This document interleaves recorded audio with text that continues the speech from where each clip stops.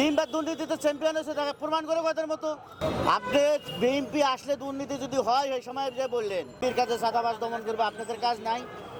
বাংলাদেশের সাংবাদিক আপনারা কাজ করেন কি, বাংলাদেশটা একটা সুন্দর নিউজ প্রচার করেন বা সবার অপরাধ ন্যায় এগুলা বাংলাদেশের জনগণ জানবে, সেই জিনিসটা আপনারা প্রচার করেন, এগুলো বাংলাদেশের জনগণ জানতে পারে, তাই তো?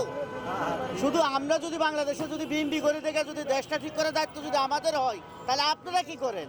আমি বিএনপি করে বিএনপি তারেক জিয়ার কথাটা ভালো লাগে, তারেক জিয়ার কথা ভালো লাগে, বাংলাদেশে বিএনপির চলাফেরা ভালো লাগে, তাদের নেতৃত্ব ভালো লাগে।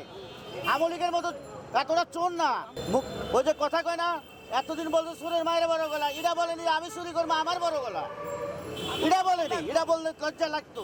তিনবার দুর্নীতিতে চ্যাম্পিয়ন হয়েছে, তাকে প্রমাণ করে কথার মতো। খালেদা জিয়ারও তো 2 কোটি টাকার জন্য একবার 5 বছরের সাজা দিচ্ছে, তারপরে যে মানুষ আপিল করে সাজা কমানোর জন্য সে জায়গাতে তারা 10 বছর দিচ্ছে, তাহলে এটা একটা মামলার ভিতর চ্যাম্পিয়ন হয়ে গেল না? তাহলে ওই চ্যাম্পিয়ন আর এই চ্যাম্পিয়ন এক করেন, ধাক্কা লেগে কোনটা থাকে? দুটার একটা টিকবে? উনি তো খালাস পাইছে, এখন ওটা তদন্ত করে দেখেন। মানুষ ক্ষমতা এলে অনেক কিছু বলে। আমি যদি ক্ষমতা আসি, এখন আমার পিছনে যদি ধরেন আমি সামান্য সিঞ্জি চালাই, আমার পিছনে যদি 1000 লোক যদি থাকে, কি আমার মাথা ঠিক থাকবে? হাই হাই, আমি বাংলাদেশে বড় নেতা হয়ে গেছি গা, আমি বাংলাদেশে বড় নেতা হয়ে গেছি। কার জন্য হয়েছি? এ ভাইয়ের জন্য, ওনার জন্য রাজনীতি করি। কার জন্য? জনগণের জন্য। আমি যদি জনগণের পক্ষে যদি কথা না বলি, তাহলে আমি কিসের নেতা?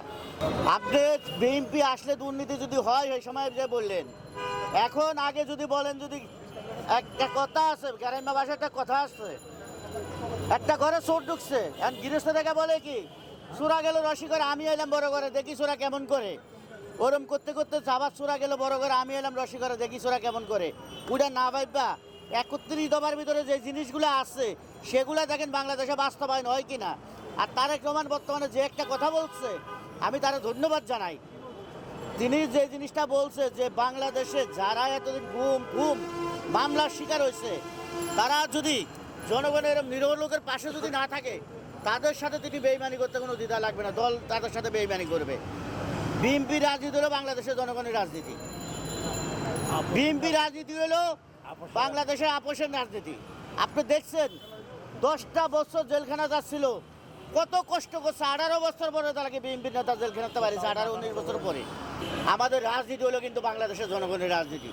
আমি প্রয়োজনে জনগণের জন্য জীবন দিব, তারপরে তো কের জন্য আমি কার কাছে অন্যায়ভাবে না তো শিকার হবো না। একটা জিনিস হলো কি জানেন, এই হাইকোর্টের সামনে কিছু লোক দেখবেন আন্দোলন করে, সারা রাত এখানে ঘুমা। একটা মানুষ ভাই এখানে যদি 1 ঘন্টা 5 ঘন্টা যদি থাকে, তার একটু পেশাব করা লাগে না? সে এখানে আন্দোলন করে, ওইখানে যে পেশাব করে।